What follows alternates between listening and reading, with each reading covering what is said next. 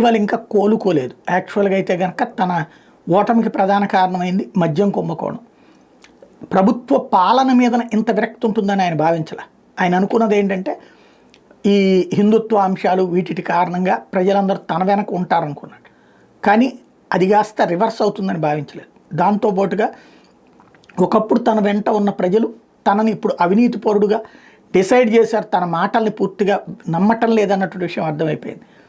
అందుకని ఏం చేయాలో అర్థం కాక తలబట్టుకుంటున్నాడు. యాక్చువల్గా తన నియోజకవర్గం సరే గెలిపోవటంలో అనేది సహజం ఎన్నికలు, కానీ తన నియోజకవర్గంలోనే ఓడిపోవడం అన్నటువంటిది జీవితంలో ఊహించినటువంటి పరిణామం జరిగింది అక్కడ.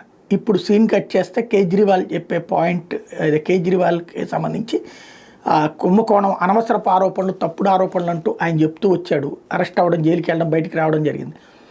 ఇప్పుడు అసెంబ్లీలో తాజాగా రేఖా గుప్తా ప్రభుత్వం ప్రవేశపెట్టినటువంటి కాగ్ రిపోర్ట్లో 2000 కోట్ల రూపాయల ఆదాయానికి గండిపడింది ఢిల్లీకి. అంటే ప్రభుత్వానికి వచ్చే డబ్బుల్ని ఆపేసి ప్రైవేట్ వాళ్ళు అది తినేలా చేసుకొచ్చింది. అంతకుముందు ప్రభుత్వ మద్యం దుకాణాలు, ఇప్పుడు ఆంధ్రాలో ఇదివరకు జగన్ టైంలో ఎట్లయితే ప్రభుత్వ మద్యం దుకాణాలు, ప్రైవేట్ మద్యం దుకాణాలకు వెళ్తే ఏమవుతుంది, ఈ డబ్బు అంతా ఈ లాభం అంతా ప్రైవేట్ మద్యం దుకాణాలకు వెళ్ళిపోతుంది.